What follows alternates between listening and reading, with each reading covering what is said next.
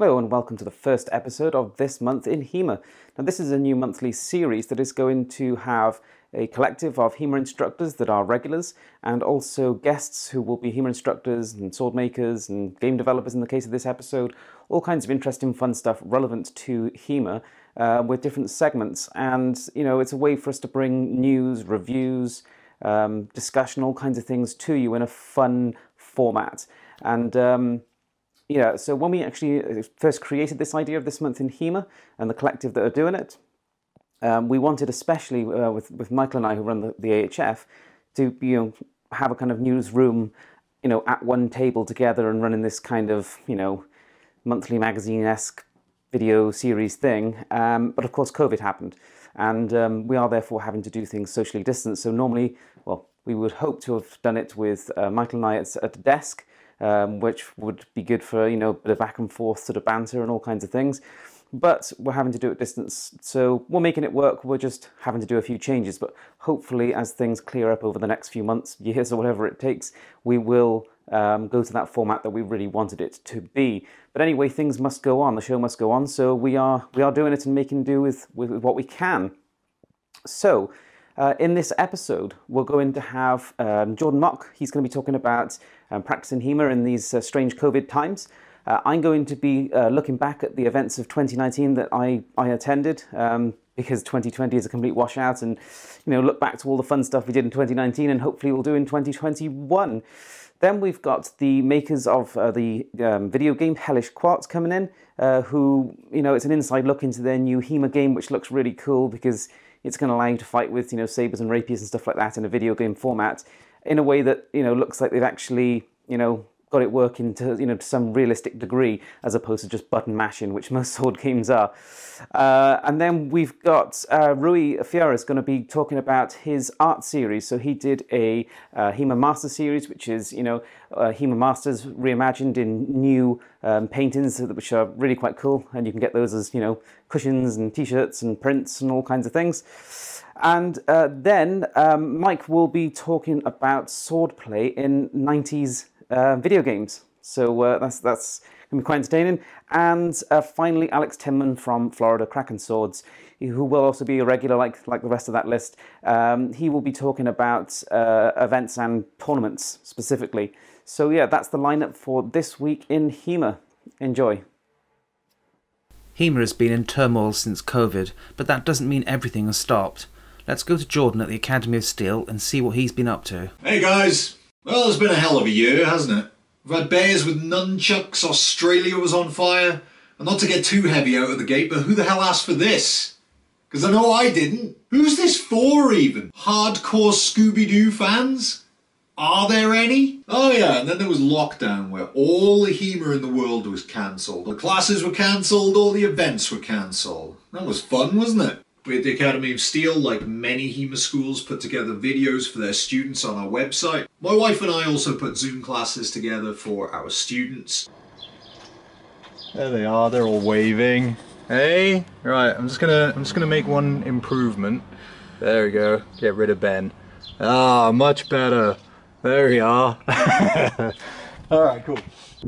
Zoom has been a really good way of helping our students with their posture. That's posture, not posture. Their cutting, their footwork and things like that. One of our students also put together a series of circuits to help us to keep our stamina from, completely going in the toilet. And it was fun, it was fine, but it wasn't the same. And finally, after what seems like forever, the Welsh government eased the lockdown enough for us to be able to meet and train outside. And HEMA was back! So, we went on a school trip.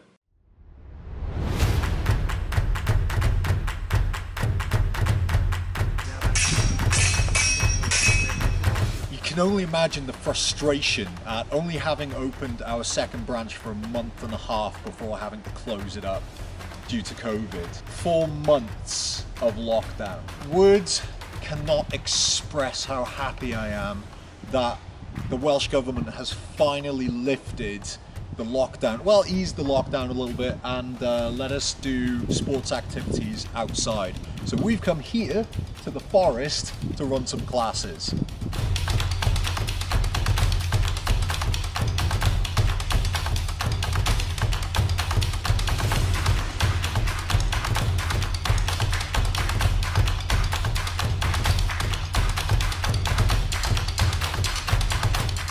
fighting in the forest is not without its logistical difficulties. We of course had to lug all of the equipment from the cars to the spot that we'd scouted out for training. At one point it started raining. Every now and again we had to fight off the ghost of Alan Rickman and his marauding horde of Celts. There's so many reasons to go ahead and set up a class outside. First of all, it acts as a great blueprint for those who are hoping to open up their classes again soon when lockdown is fully lifted, as it gives you an idea of the restrictions that you're going to have to put in place to keep your students safe. As practitioners of Fury System, for example, we do like to grapple when sparring. And normally I'm all for people closing in, grappling, going for takedowns, ground fighting, sweating all over each other, spitting in each other's eyes. But in these uncertain times, it's not exactly safe. So we have to keep our training to the Gioco Largo, which is literally the long game. This means focusing on drills where the students are fencing at full extension. Usually HEMA is a very friendly environment and you are going to have to police your students and enforce social distancing at times. This also means politely reminding your students not to get in your space as well. Hey. Hey. Back off.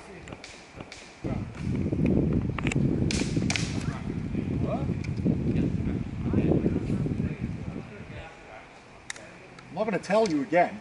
Even if you have access to rugby fields or tennis courts or anything like that, which you could use as a blueprint for setting up your classes again, I'd absolutely recommend going to the woods anyway.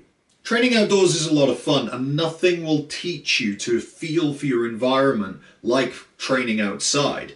In training hall, you never have to worry about having the light in your eyes, the rain, slipping in mud, tripping over roots, backing into trees, or your opponent having the high ground. These are all really fun things to experiment with, so absolutely give it a go. And I'd love to know what you've been doing during lockdown, how you've been keeping fit, if you've been keeping fit, what you've been reading, how you've been training. Let us know in the comments below. Back to you, Nick and Mike.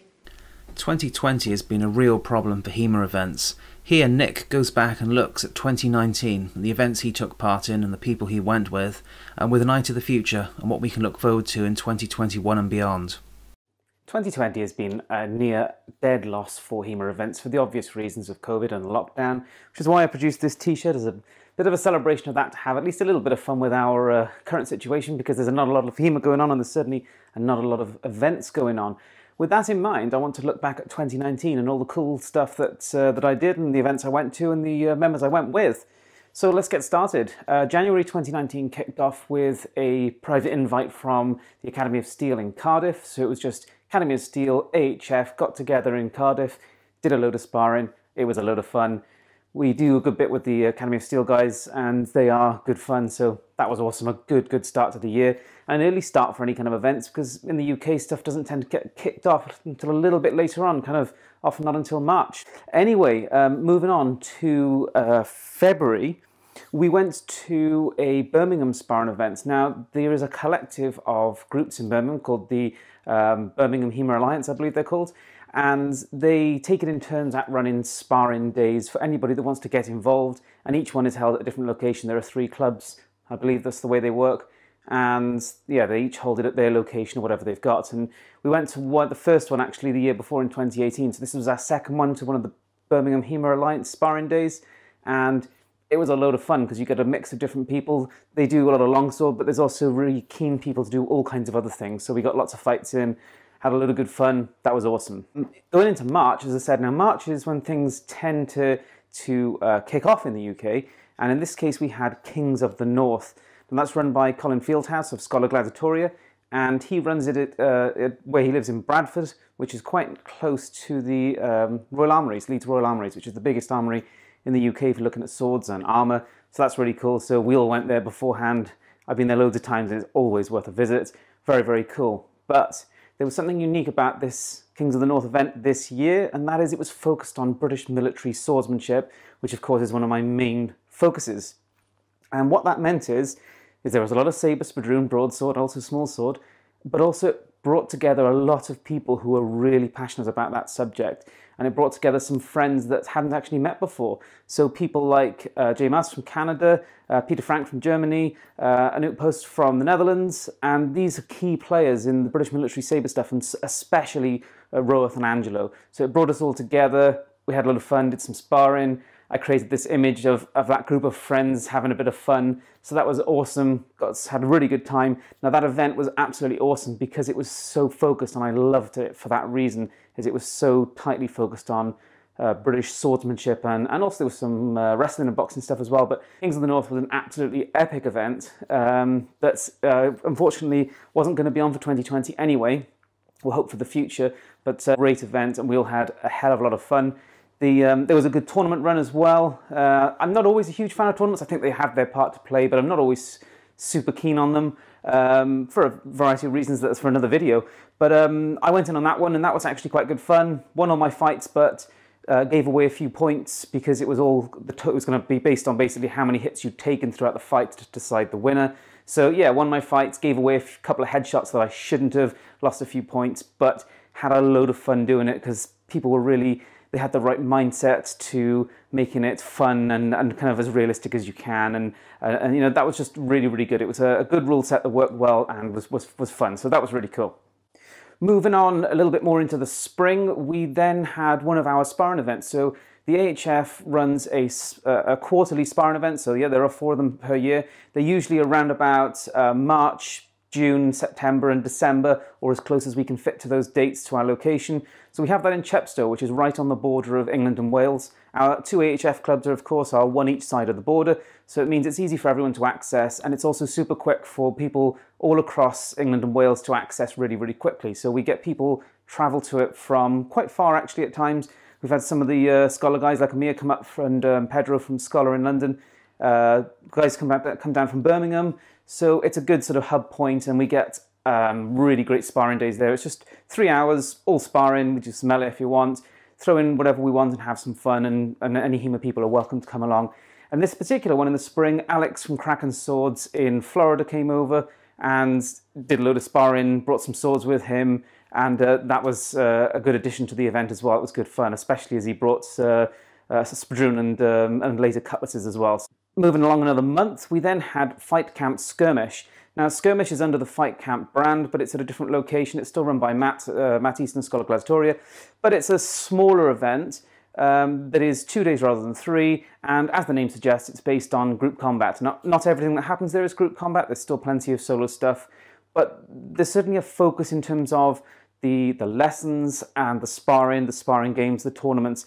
There's a focus more on group combat, which is really cool because that's something we also do ourselves. Really, really entertaining. There were some good highlights to that. The melee games run by Mark Gilbert. Both days were just an absolute blast. Really cool.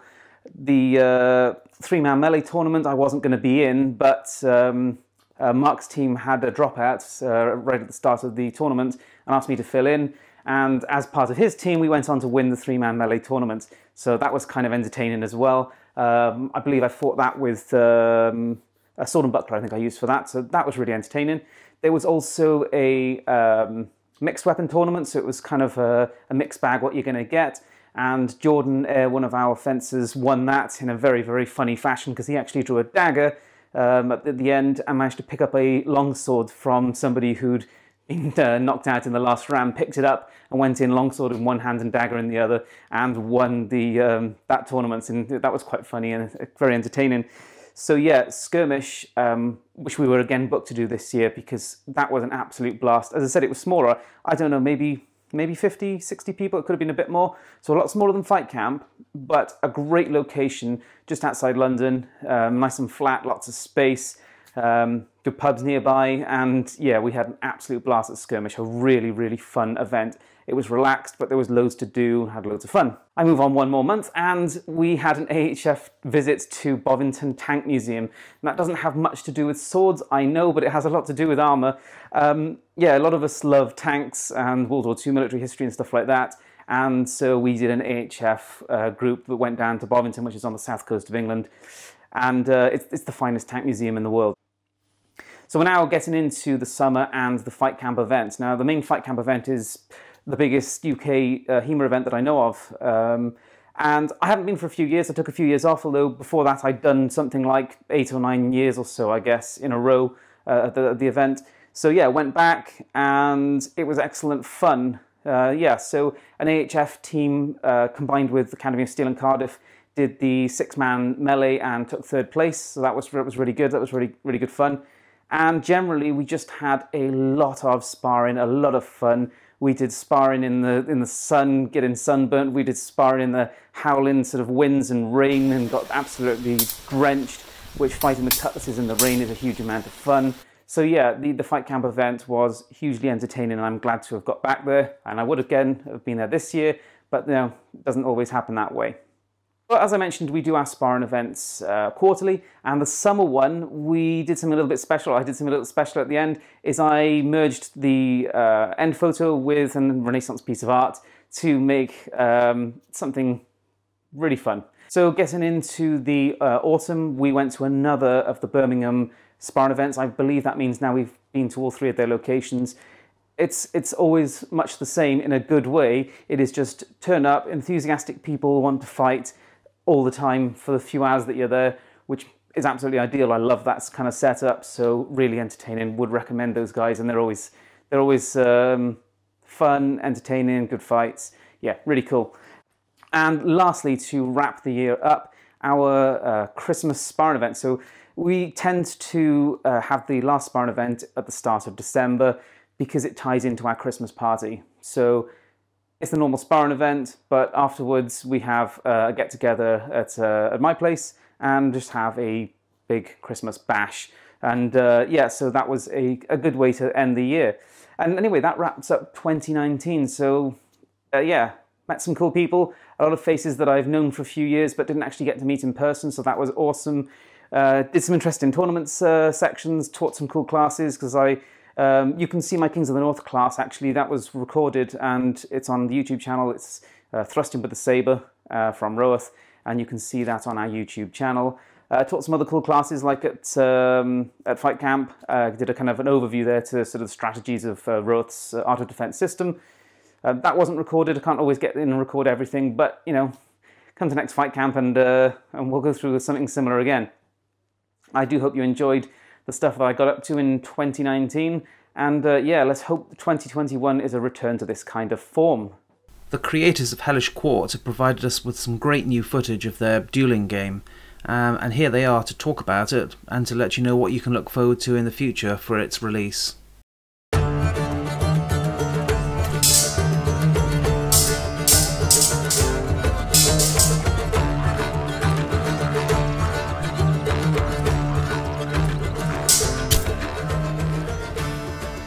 Hello everyone, thank you for having us on your channel. We are the 2-person team behind Hellish Quarte, the upcoming fencing game about HEMA, and we want to tell you a bit about the project. Hellish Quarte is a 1 vs 1 3D fighting game about fencing. Although this is not a simulator or a learning tool for HEMA, it tries to capture the looks and feel of a fencing in an unarmed duel. What is different from typical fighting games is that we use active ragdolls and the swords actually can block each other using engine physics. Their characters, when they try to parry, are still vulnerable, but the sword physically blocks the opponent's blade. When you try to cut, the force and damage is calculated by the physics system. You can also displace opponent's blade with your blade. But what makes Hellish Quarte look and feel like HEMA Duel is that all animations are motion captured HEMA moves. With this system, we get the best of both worlds. Realistic moves which react and can be altered by physical obstacles. The main thing which makes the game feel like fencing is the control system. You can move in any direction and 4 buttons represent 4 attack angles. You can mix them with directions and do special attacks.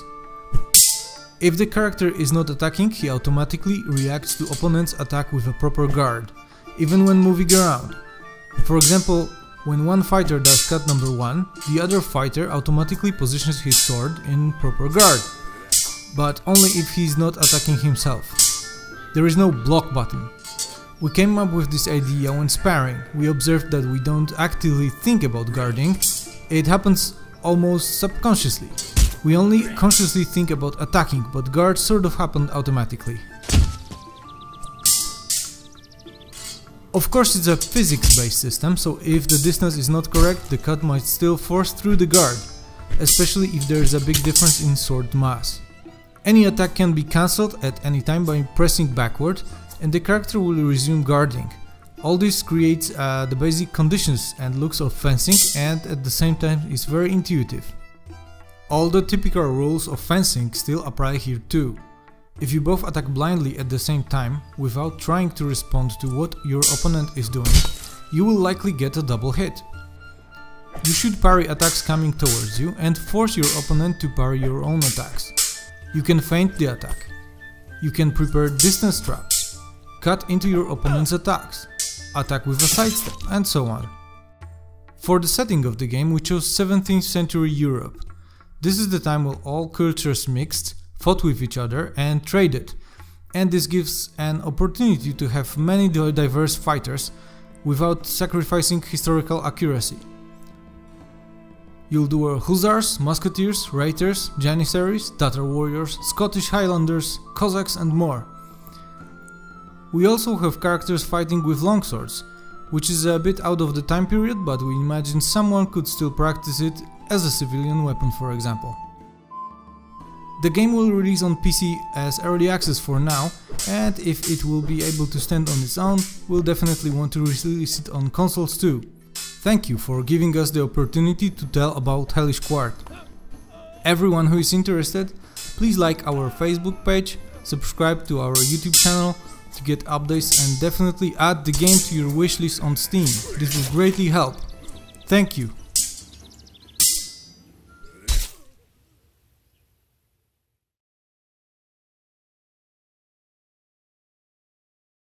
HEMA instructors have many different skills, interests and hobbies, and Rui from Espada Negra is no exception. Let's take a closer look. Hi everyone, welcome once more to This Month in HEMA. My name is Rui Ferreira, I am from Espada Negra here in Portugal. I've been training with the club for the past 5 years, so I'm the main instructor for British military swordsmanship and Capoeira rapier. Today I'm here to talk to you guys about a project that I've been working on for quite some time. It happened from the past couple of years really, and then it kind of toned down a little bit. So most of you don't know me, I'm an artist as well as an historical fencer and an instructor. And around 2017 I had the idea, and I was studying Capoeira back at the time, and I had the idea to just I wonder how Capoeira looked like. I mean, I saw him in the manual, and there's a frontispiece on the manual itself as well. And I was wondering like, I wonder if I can recreate this into a painting. You know, it's kind of join both my historical fencing passion as well as my art. And I think the idea really came from there. So I just wanted to paint and see what it could have been like. So a painting of the fencing master. And that is, I believe, how the whole project really started right from the get-go. I was obviously inspired a little bit by Dylan Safford, which he also made a painting of, I believe, Lichtenauer as well as Fiore. And I also did them myself, so my interpretation. And I kind of, it was just my idea of just, you know, just grab one that I really liked, which is Capoeira that I was studying at the time, and then just try and see how it could have looked like. And afterwards, I showed it to a couple of friends, I even posted it online, and the reception was really good. So everyone was really excited about it. And not long after, I had Fran, and Fran just came to me and said, yeah, do more of this, please. I want a t-shirt. And I was like, okay. So I'm gonna turn it. I opened a Redbubble account. I put Capoeira in there, and the reception was just brutal. Everyone was just, oh, please more, do this, and this requests started flying from every direction. And then at the point, I also had a Patreon that was dedicated to a personal project I've been working on, which is Ubris. It's basically a fantasy book, and basically what got me into HEMA as well.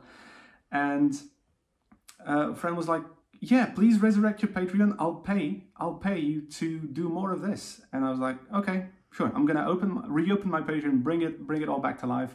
And then I just started working on a list of several fencing masters that had at least frontispieces, because I really wanted to work from a basis, from something that I could have that was tangible for me to see how they could have looked like, and then just transform it into a painting. So that was the main idea of how it really all started. And from there, it was a matter of gathering everything. So I started building a very, very long list right from the get-go, added a couple of rewards for my patrons, so live streams, whips, early access, all of that. And obviously I also turned them into t-shirt designs. I had everything set up on Redbubble, and it was really a fun thing to work on. A little bit about the process was like, so I would normally just grab the frontispiece, try to work out a couple of kinks here and there, because some of the frontispieces were not in the best condition, so I would try to fill in a couple of gaps and make everything more real, if you will, because some would have been, distorted, some have been weathered by age, and try to work out some artifacts as well. I'm sure that you've noticed on my Fabri's portrait that he has a little nick on the nose, and I believe it might have been like a scar or something, so I just tried to incorporate that as well. I'm not sure if it was an artifact, if it was intentional, if it was something from the printing at the time, or if it was actually a blemish that he could have had. And the same thing for Carranza. So I started working from there. I would work from the basis, so I would try to draw the bases alone, see how it would look like in a drawing. And from there, it would be a matter of just painting. And by painting, I mean not just trying to incorporate some of the atmosphere as well, and trying to work with the fencing master's countenance, his expression a little bit as well, try to convey more than what the frontispiece had itself. So I would also try to work a lot with the eyes, because eyes, windows of the soul and all that, and it actually carries some meaning to it. But also the atmosphere around them. So all of the fencing masters that I've worked on, I've worked on a lot. I cannot recall all of them because there were so many. I would just try to work with the atmosphere around them. How would I do this? I would gather inspiration, obviously. So from contemporary paintings of when they were done, I would also try to work a little bit with the style and some of the things that could have been done, but also give them my own touch. Because that is what I believe one of the most important things that you can do as well, is just to give you a personal touch whenever you're painting. I think the end result was actually okay for the most of them. There are obviously a couple of them that stand out really. Obviously, Walpurgis is one of them that it was really fun to work on, because for that one, I couldn't really rely on what was in the manual because it was so generic, if you will, so a little bit vague. It was a couple of things that you could grab from her, like the hairstyle and the clothing and everything else. But in terms of the facial features and physiognomy, that was something that was a little bit tricky to work on. So a little bit of a secret for what I did on that one. I grabbed, I snapped a picture of all of my female patrons. So some of the ones that I could snap a picture of, I did. Others I requested. So Lois Spangler, thank you. Esther, thank you. Fran, thank you as well. And a couple of them I also snapped a picture that were living close by, so I snapped them myself. And I just tried to blend them all together and make the Walpurgis portrait, and that's what really stood out. Many of them just look at it, but I can see myself in there, and I was like, that's cool. Even though I tried to make it as much of a mesh as I could have done for all of them. So goodies. I will leave you guys with a link for my Redbubble page, which you'll be able to find everything there. So everything from shirts, hoodies, even mugs and canvas prints as well, so prints that you can hang up on the wall. All of that will be on my Redbubble if you guys are curious.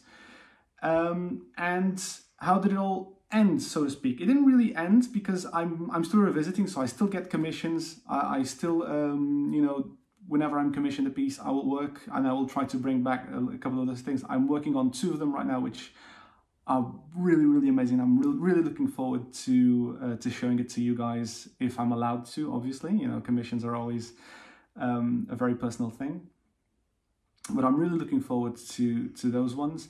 And ideally, I would have a plan to later down the line also illustrate a couple of plates. So, and by plates, I mean imagine Capoferro, or Fabri, everything else, and just try to turn the plate into a painting in of itself as well. Now, I couldn't really manage to arrive to that part because by the time I finished all of the fencing masters, I was so exhausted. I went back and brought back my old Patreon for Hubris, and just tried to work on it for a little while before going back.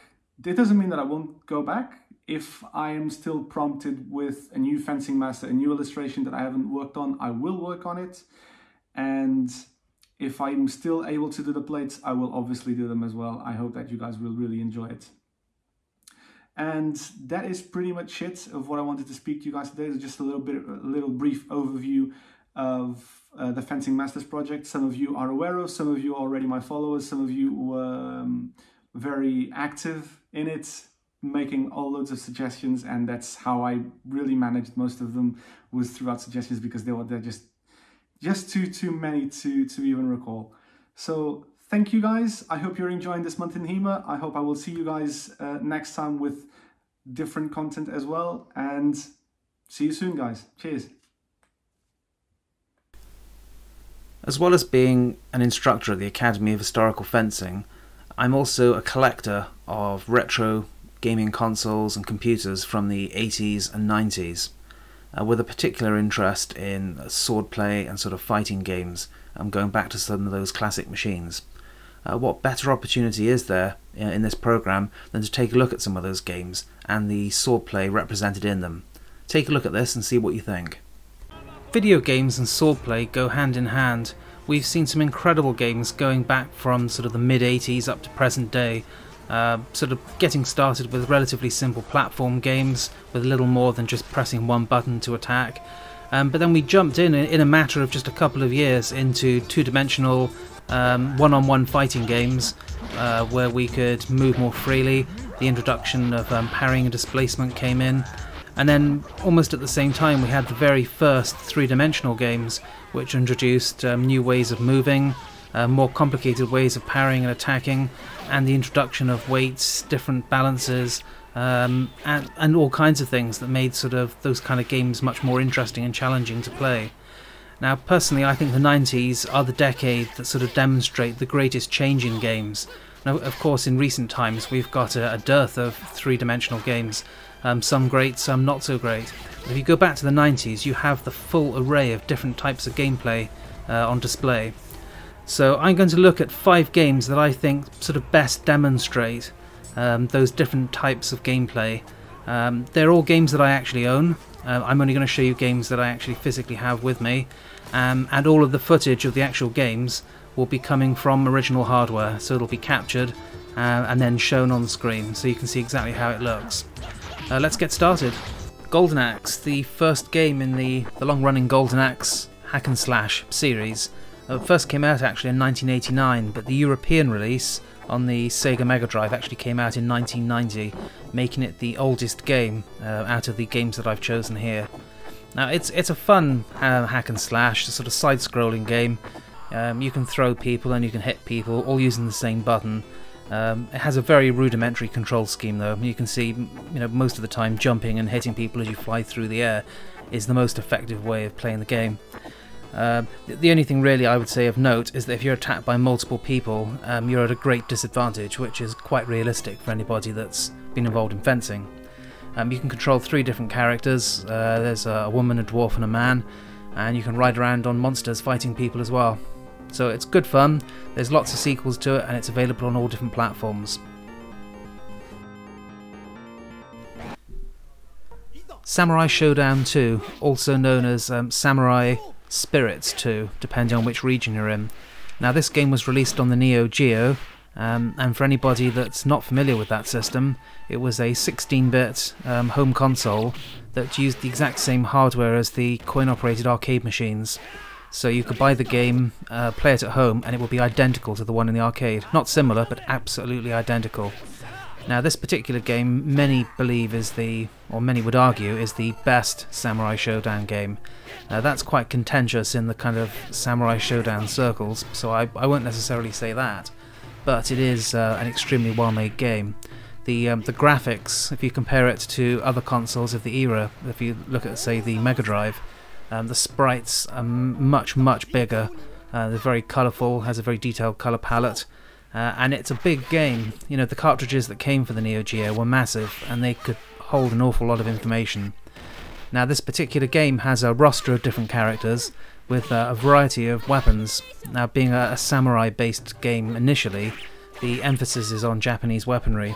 But there is a character, as you can see here, that's using a rapier to deliver cuts and thrusts in much the same way as the other swords in the game. Now, the actual weapons don't really tell us anything particularly useful in terms of historical weaponry, but this game does have some interesting features that make it quite interesting when it comes to fighting. It has a rudimentary parrying system. It's one of the first games to actually feature one. So rather than just jumping around and hacking and slashing and kicking and stabbing and the rest of it, you could actually parry. So somebody could attack, you hit the button at the right time, you block or deflect the attack, and then you get a moment of opportunity to strike back. Now, this game also uses the usual sort of power-ups, and it has a life meter, so you can hit people multiple times. So not particularly realistic. You can hit somebody in the head with the rapier straight in the face, and it doesn't end the fight. But saying that, it's an awful lot of fun, leaping around, throwing people through the air, very entertaining. And as I said on the Neo Geo, you get the perfect experience. So you buy the cartridge, it's the exact same game. So you can play it at home, and it'll be just like you're in the amusement arcades in the 90s. It's not particularly expensive as well, one of the cheapest Neo Geo games you can buy. The Last Blade 2 by SNK. This is a game for the Neo Geo system, and it's been ported to all kinds of different consoles and home computer systems since. Now, this game is an interesting one in that it's pretty much the swan song of the 2D sort of bitmap, sort of sprite-based fighting games in the 90s. Now, coming out in 1998, it's right at the end, and we've already got lots of different 3D fighting games coming out at this time. Now, this game is a darker version than the original game, just known as The Last Blade. The big difference between the two, apart from the graphical style, which is much grimmer and darker, is the fact that the individual characters are no longer matched. So it's not like sort of one is faster but sort of let down by sort of reduced strength or power or something. They're all different, and depending on the way you like to play the game, you'll find some characters work an awful lot better. This kind of mismatch is actually, I find, quite fun. It allows you to sort of take on a sort of a much tougher to use character and play through, or stick to one particular style that you really like. Now, you'll notice in the game it does still have a bit of jumping around like most fighting games have, but it does have a variety of sword-based attacks. It has some close-range melee attacks, and best of all, it has a good parrying system. Now, it doesn't have parrying at different angles or heights, but it does have, it is a timed-based parry. So if an attack comes in, you parry at the right time, you can come in with a follow-up, as you would with sort of a parry or a pass using conventional weapons when you're sparring. Now, this game has beautiful hand-drawn artwork, as opposed to sort of the photographic style that you come across in something like Mortal Kombat, where it's had sort of digitized sprites made. So if you look at this, every single image in this has loads of different things moving. You can see the horses in the background, sort of a cowboy moving. It's a really beautiful looking game, a lot of fun, and as a Neo Geo game, the home version is the same as the arcade version. Soul Calibur. Is there any surprise that Soul Calibur appears in the list of sort of great sword-based games from the 90s? This is a series that's still going now, and it's one of the most popular series that you'll find out there. Now, this particular version that you're watching now is my Dreamcast version of Soul Calibur. This one came out in December 1999, so one of the very last games to come out in the 90s. It's the second game in the Soul Calibur series, even though the name would suggest it's the first. And it's the sequel to Soul Edge, or I believe Soul Blade, depending on which region you're in. Now, this game, it has a sort of a complex roster of characters with, as you can see here, we've got sword and buckler versus nunchucks, but there's long swords, curved blades, and all kinds of weird and wonderful weapons.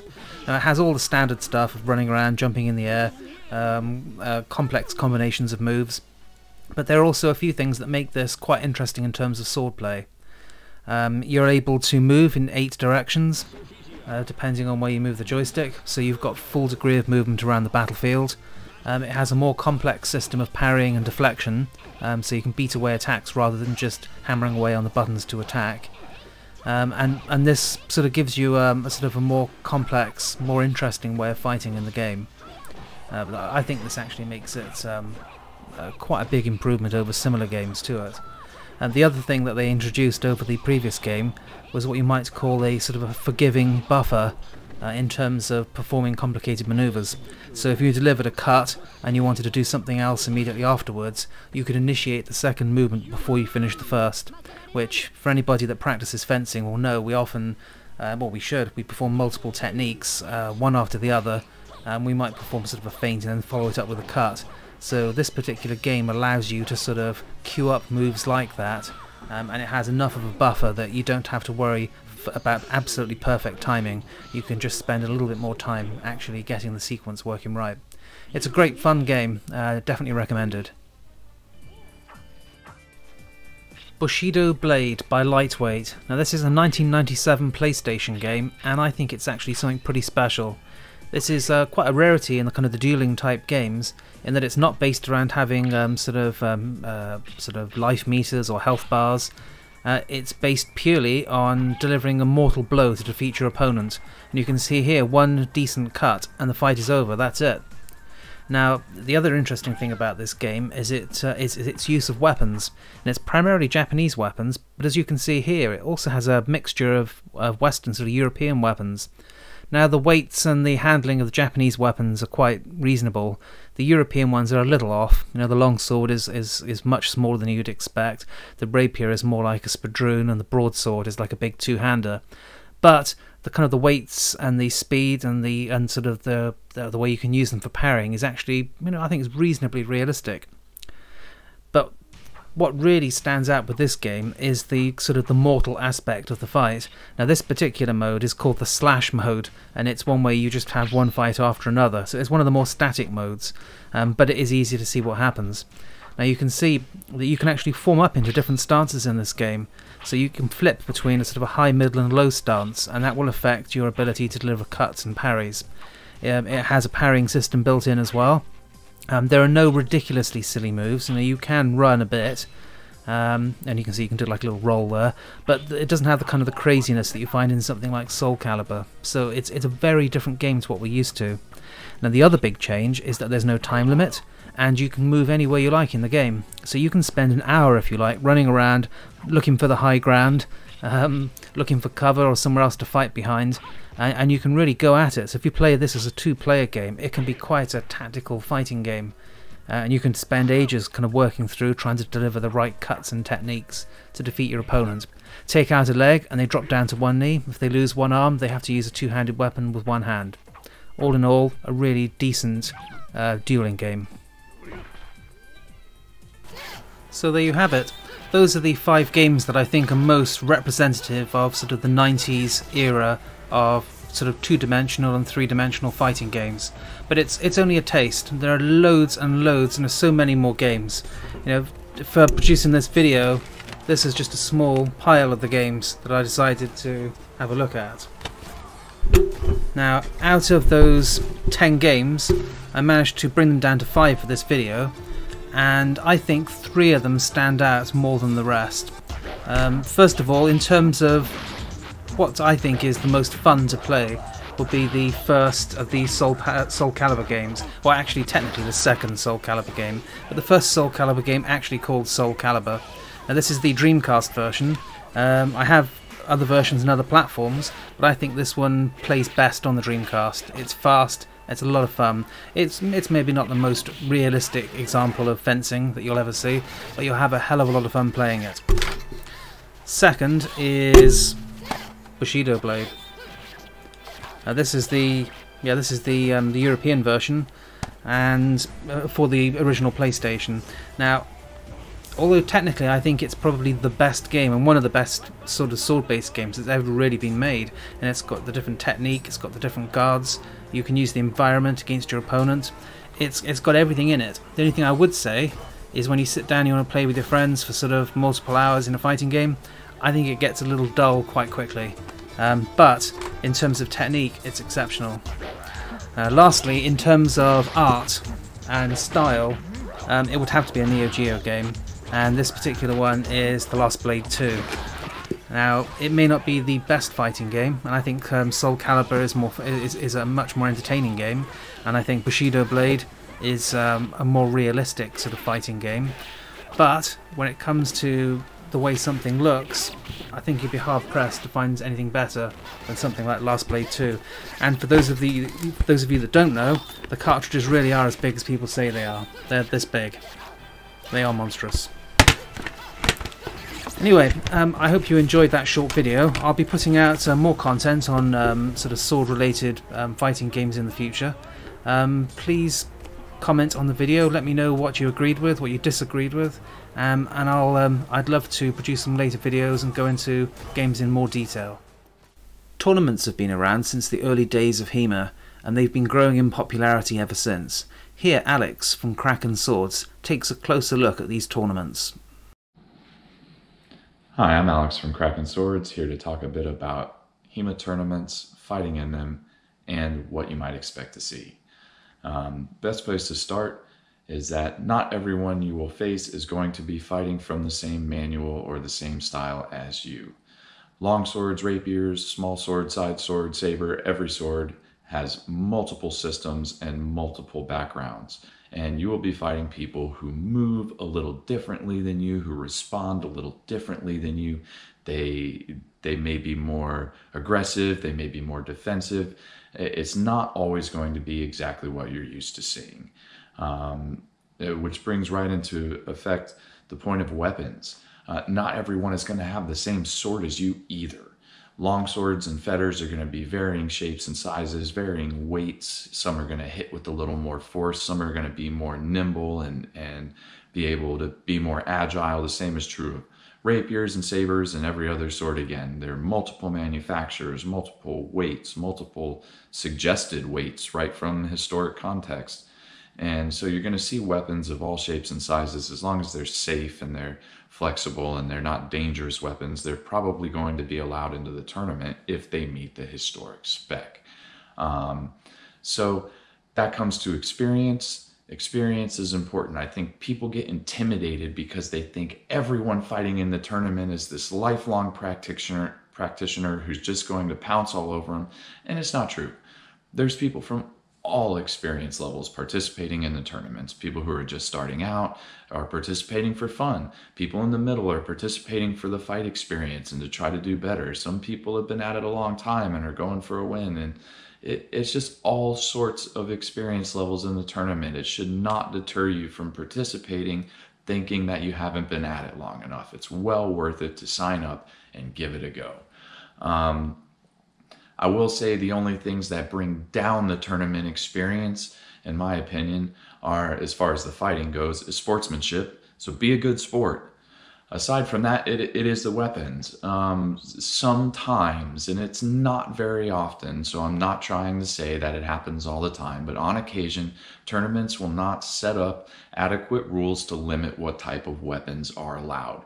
And so you will get people bringing Olympic sabers into a HEMA saber tournament. You will find rapierists using fencing foils on their rapiers in the tournament. You will find 750-gram fetters and long swords that are basically whips. And it really does throw off a contest where you're judging on points, and those points are based on contact. So if you strike somebody and you're literally 3 times as fast as them from using an unrealistic weapon, it does give an advantage to those ultralight swords. And they really aren't historic, and they shouldn't have a place in the HEMA tournament. I do believe more and more, as I'm seeing different rule sets come out, they are limiting the weights on weapons. Certain weight max, certain weight minimum, must be this long, must be this short. And so it's not limiting what real weapons you can bring, it's just cutting out these unrealistic or unsafe ones in some occasions. As far as the overall experience of a tournament, that's up to the judges. And the truth is, I think this is where you make or break a tournament. You have to have competent judges. They have to know the weapon system they are judging. They have to know longsword. They have to know saber. They have to know how the people are going to be moving. They have to know what the hits are going to look like. And they also have to be willing to step in and control things like aggression and sportsmanship. It is a fight. People get worked up sometimes. The judge runs the whole thing. Has there been a double? Has there been anything? And if they're not in a position to understand what they're watching, or if they're not completely involved, it can really throw off the experience for everyone taking part. I've been to events that have volunteer relatives from out of town judging the matches for the hosts, and the event was terrible. The whole event was terrible as a result, because these judges they have no idea what they're looking at. And so events with a little bit of planning to get good people judging tend to be amazing. And for the most part, I think that's what we're seeing more and more of in the HEMA community, is people trying to plan good events that run smoothly with good fighting and sort of a good cheer attitude, where everybody can get together and fight and have a good time. And I think that's what we all look forward to. It is very well worth it to find a local HEMA event, or one maybe where your favorite instructor is traveling to teach, and make plans to go there. It will enrich your HEMA experience, and it will get you fighting new people and meeting new people. I hope this sheds some light. Thank you for watching this first episode of This Month in HEMA. Please let us know in the comments below what you thought of the episode, what you liked, what you didn't like, and what you'd like to see more or less of in the future. Once again, thanks from all of us for watching.